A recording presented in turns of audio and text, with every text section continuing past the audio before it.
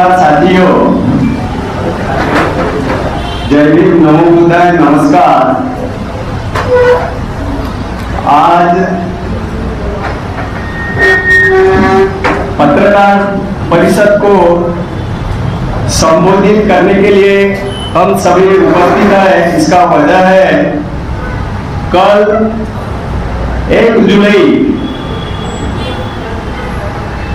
2025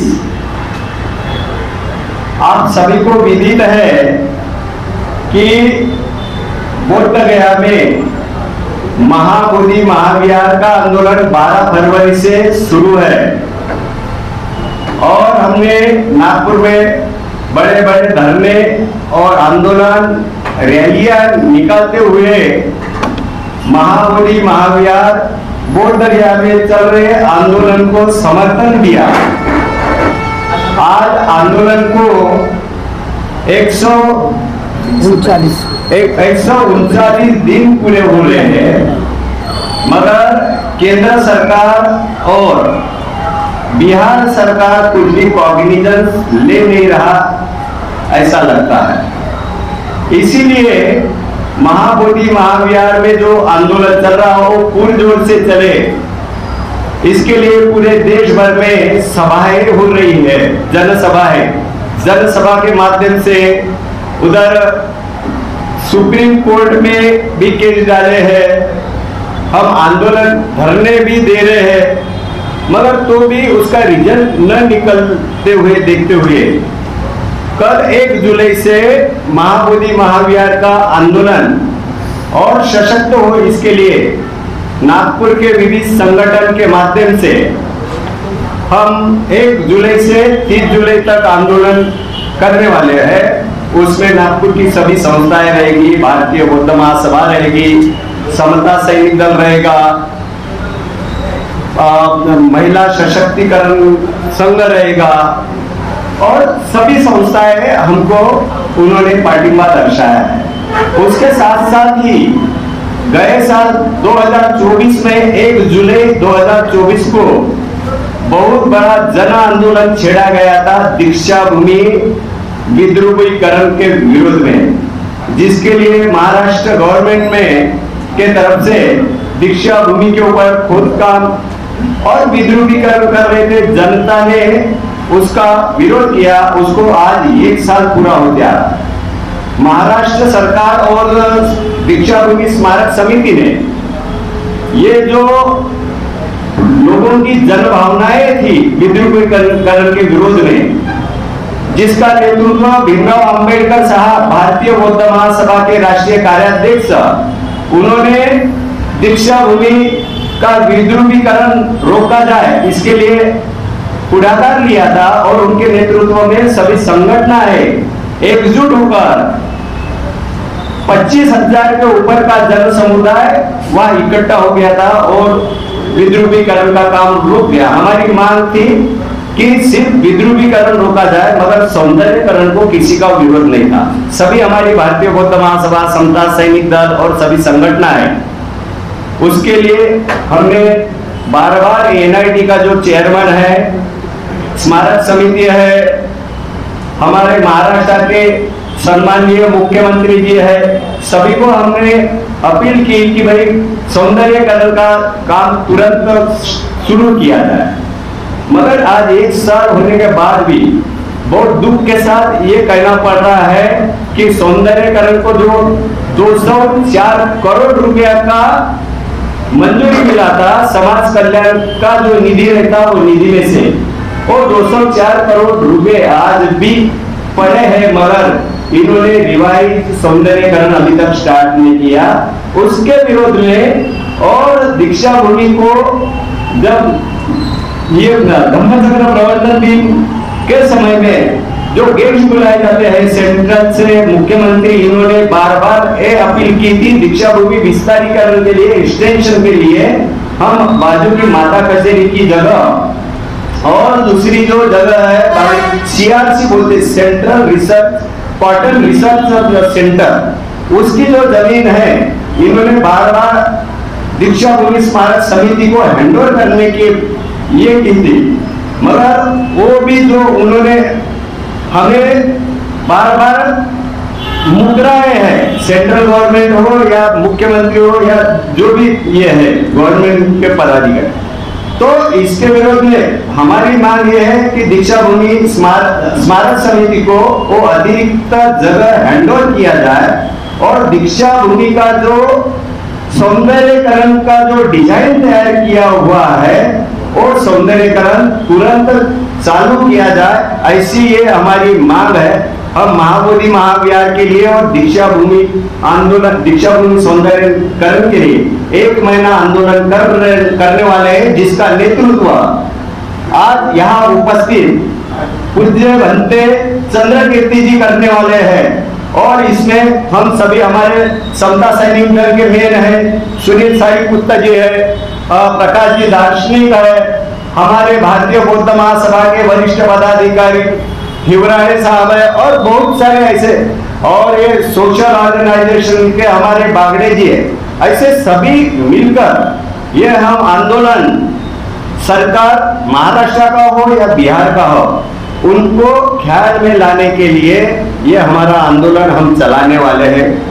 इसके बाद में डिटेल्स में आपको हमारे पूज्य भंते जी मार्गदर्शन करने वाले हैं। उसके पहले हमारे दार्शनिक साहब है समता सैनिक दल के, वो आपको बोध गया का आज टुडे पोजीशन, आज की क्या स्थिति है उसके दीक्षा भूमि का विद्रुपीकरण बोले तो, जहां डॉक्टर बाबा साहब आम्बेडकर जी ने लाखों लोगों को दीक्षा दी, उस ग्राउंड के ऊपर इन्होंने नागपुर या देश के या महाराष्ट्र के किसी भी बौद्ध अनुयायी है, बौद्ध थिंकर्स है या डिजाइनर्स है, इंजीनियर, इनका कुछ भी कॉन्सेप्ट न लेते हुए स्मारक समिति वालों ने जो डिजाइन सरकार ने दिया, जो डिजाइन समाज कल्याण डिपार्टमेंट के माध्यम से, टेंडर के माध्यम से जो डिजाइन दी गई थी, वो डिजाइन हमारे लोगों को मान्य नहीं था। वहाँ बीच में ही गटर लाइन, वहाँ सेप्टिक टैंक, वहाँ अंडरग्राउंड पार्किंग, उसके ऊपर क्या बोलते हैं उसको एनिमेशन सेंटर, यानी पिक्चर की टॉकीज निकल, ऐसा अलग अलग उनका जो डिजाइन था वो हमें मान्य नहीं था, क्योंकि दीक्षा भूमि के ऊपर हमारे लाखों जो अनुयायी आते हैं धम्मचक्र प्रवर्तन के समय, उस समय उनकी बड़ी परेशानी होने वाली थी। और ये नजर में देखते हुए लोगों की सुविधा और सुविधा न हो, दीक्षा भूमि का जो भी ग्राउंड है, हमारे जो पिलग्रिमेज है, यात्रेकरू है, उनको असुविधा निर्माण न हो, इसलिए भाई आपको जो भी कुछ करना है दीक्षा भूमि के संदर्भ में सौंदर्यकरण में, जो माता कचेरी की जगह है या सीआरसी की जगह है, वो जगह दो।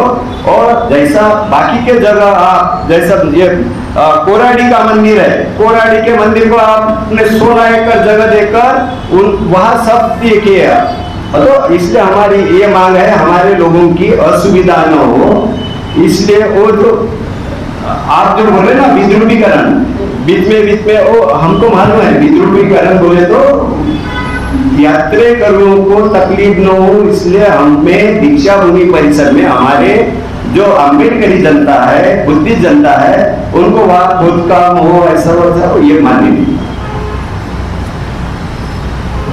भूमि का जो लिमिटेड ग्राउंड है, वो ग्राउंड के ऊपर धम्मचक्र प्रवर्तन दिन के उपलक्ष्य में लाखों की तादाद में जो जनता आती है, बुक सेंटर रहते हैं, जो पूरे आशिया खंड में सबसे बड़ा बुक सेंटर जो रहता दीक्षा भूमि धम्मचक्र प्रवर्तन दिन के उपलक्ष्य में, ये सभी उनको अर्थ निर्माण होने वाला था। एक्सकैवेशन के करके हमारी ये रिक्वेस्ट थी कि बाजू की जगह हर साल वो जो प्रोग्राम है धम्मचक्र प्रवर्तन का हर साल आता है, तो क्या फिर दीक्षा भूमि का विकास रोकेंगे? तो एक साल बुक नहीं भी खरीदी गई है तो उसमें क्या फर्क पड़ने वाला है? क्योंकि अभी मान लो सरकार ये महीने से काम चालू करती है, तो आगे अक्टूबर महीना आ रहा है, तो अक्टूबर महीने तक के काम होएगा क्या? ना इसलिए तो बोल रहा हूँ, जो काम एक्सकैवेशन का जो काम कर रहे थे, हमारी क्या मांग है दीक्षा भूमिका जहाँ डॉक्टर बाबा साहब अम्बेडकर के पैर जिस मिट्टी को लगे थे, वो मिट्टी के ऊपर हमारे को कुछ खुद का, हमारी जनता को, अम्बेडकरी जनता को खुद का, आप भैया बाजू की जो जगह है हमारी 50 साल से ये डिमांड है कि इसका एक्सपांशन होना जरूरी है। लाखों की तादाद में यहाँ जनता आती है। आप माता कचेरी की जगह, सीआरसी की जगह बुद्धिस्ट लोगों को न देते हुए वहां माता कचेरी में आप भलते भलते लोगों को देकर एक्सकैवेशन अभी बांधकाम करना, ये यानी अम्बेडकरी जनता को धोखा है ना। आप जो सौंदर्यकरण करना चाहते हैं, अभी आप कौन सी सौंदर्य, कैसा सौंदर्यकरण चाहिए आपको? आपको अभी आपका क्या डिजाइन है सौंदर्य करने का? जब आपकी मांग हो रही कि सौंदर्यीकरण चाहिए, तो आपका क्या डिजाइन है सौंदर्यीकरण का?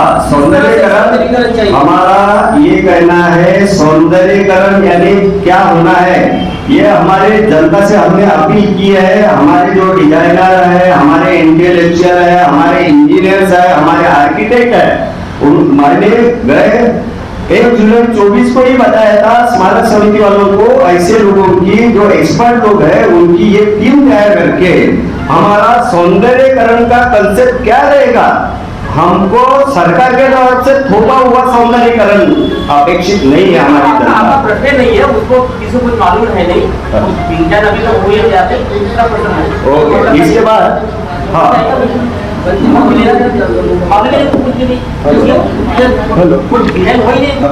सभी पत्रकार भाइयों को सादर जय हिंद।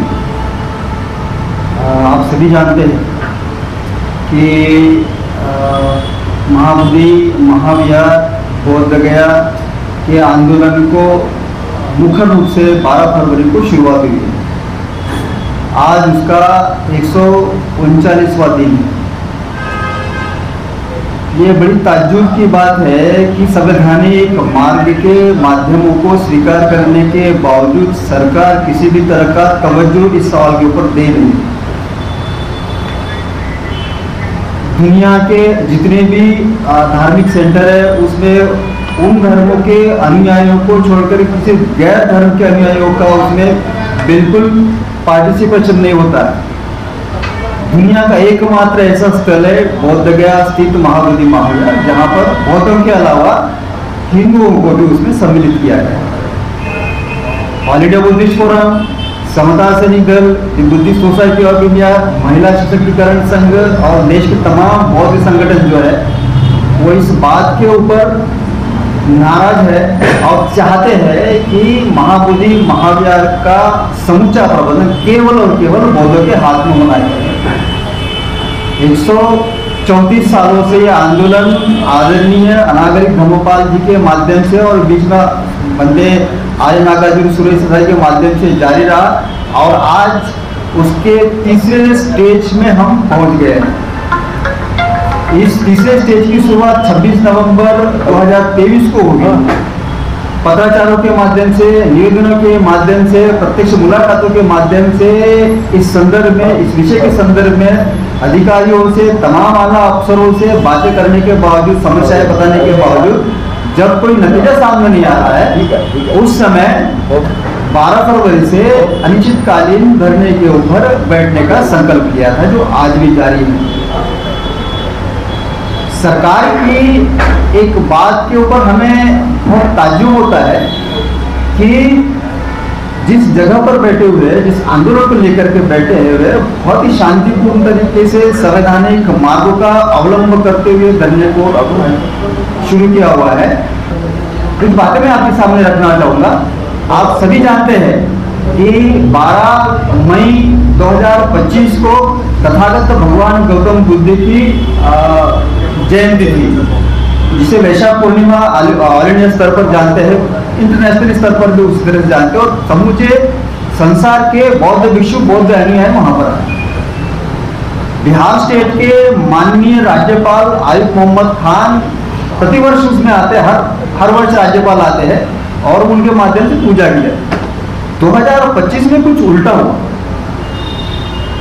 माननीय आरिफ मोहम्मद खान जी ने वहां पर एंट्री की और तथागत भगवान गौतम बुद्ध के प्रतिमा को पीठ दिखाते हुए उनके प्रतिमा के सामने जो प्रतीकात्मक शिवलिंग रखा था उनकी ब्राह्मणों के द्वारा किए गए मंत्रोच्चार में पूजा। तमाम बौद्धों का यह अपमान था। और इसके ऊपर आवाज विरोध करने के बावजूद भी ना तो सरकार ने और ना ही तो आदरणीय राज्यपाल महोदय ने जरा सा भी खेद व्यक्त किया।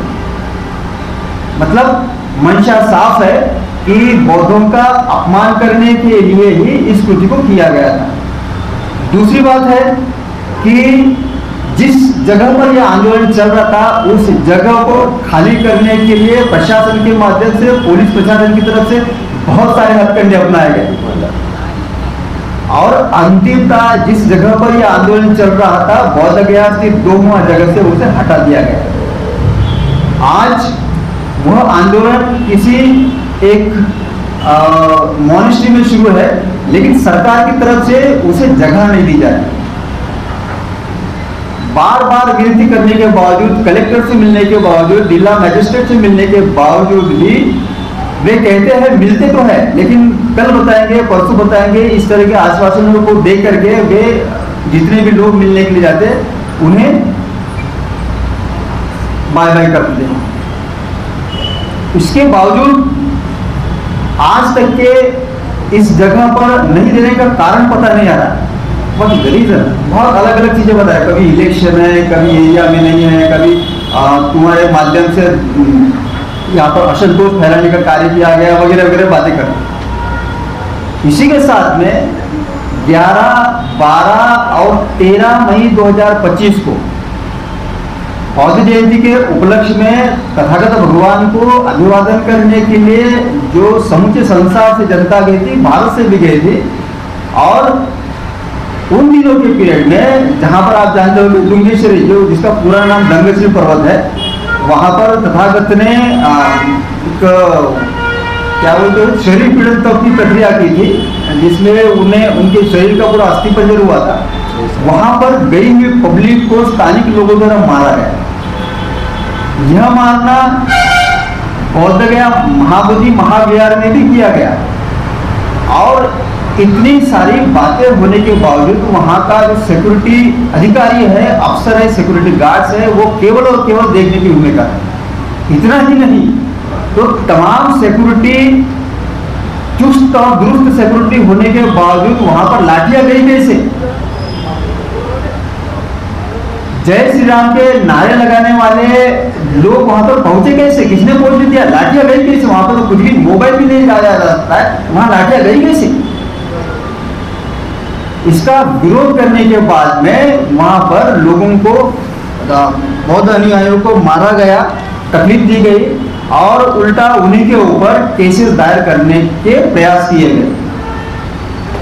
महाबोधि महाविहार में जितने भी सुरक्षा के नियम है उन सबको ध्वस्त करके आज वहां पर बौद्धों को परेशान करने के हथकंडे अपनाए जा रहे हैं। और इनके संदर्भ में जिन्होंने आवाज उठाया उन भिक्षुओं के ऊपर झूठी केसेस लाद करके उन्हें जेल में डाला गया। झूठी केसेस इस तरह से फैब्रिकेटेड की गई है कि व्यक्ति को या फिर उस भिक्षु को बहुत दिनों तक के जेल से निकालने की कोई गारंटी नहीं।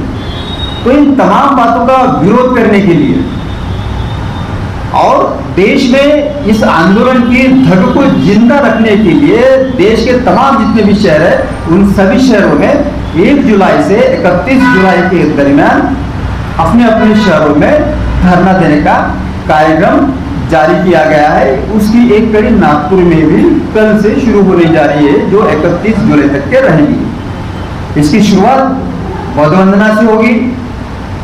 दिन के दरमियान जितने भी मान्यवर आएंगे वो मार्गदर्शन करेंगे, अपनी बातें रखेंगे, आंदोलन को सपोर्ट देंगे और शाम को उस दिन की गतिविधि समापन गाथा के साथ समाप्त होगी। जिसके साथ महाबोधि महाविहार के साथ साथ जिस दीक्षा भूमि का जिक्र अभी हमारे पद्माकर गणवीर सर ने किया है, आप सभी जानते हैं कि तकरीबन 1 साल होने के बावजूद आज भी ये इसलिए हम कह रहे हैं कि 1 जुलाई 2024 को जब महाराष्ट्र की समूची जनता दीक्षा भूमि पर उपस्थित थी, जिसकी आवाज विधानसभा में भी गूंजी, वहां पर माननीय मुख्यमंत्री ने स्वयं ऐलान किया था कि इसके बाद जो खोद काम या फिर जितना भी कंस्ट्रक्शन का काम है दीक्षा भूमि पर वो रोका जाएगा। और जब कभी भी यह कार्य करने की बारी आएगी तो देश के तमाम अम्बेडकरी अनुयायियों को, संगठनों को पूछने के बाद में ही इस काम की शुरुआत होगी। 1 साल हो गया है किसी भी चीज का, आज आधार दिखता नहीं है काम नहीं शुरू करने का। क्या वजह है? बार बार पूछने के बावजूद भी सकारात्मक कोई उत्तर नहीं मिल रहा है। इसका विरोध करने के लिए माननीय मुख्यमंत्री ने अभी 6 मई को देश के महाराष्ट्र राज्य के तमाम तीर्थ स्थलों को बहुत बड़ी राशि देकर के उनका जीर्णोद्धार, उनका विकास करने के लिए बहुत बड़ी राशि दी है। क्या वजह है कि दीक्षा भूमि को निरंतर नेग्लेक्ट किया जाए? इसी का विरोध करने के लिए महाबोधि महाविहार के धरना कार्यक्रम के साथ में दीक्षा भूमि के संदर्भ में सौंदर्यीकरण का जो कार्य डिले किया जा रहा है, उसके भी विरोध के लिए इस धरने के लिए हम कल से बैठने वाले हैं।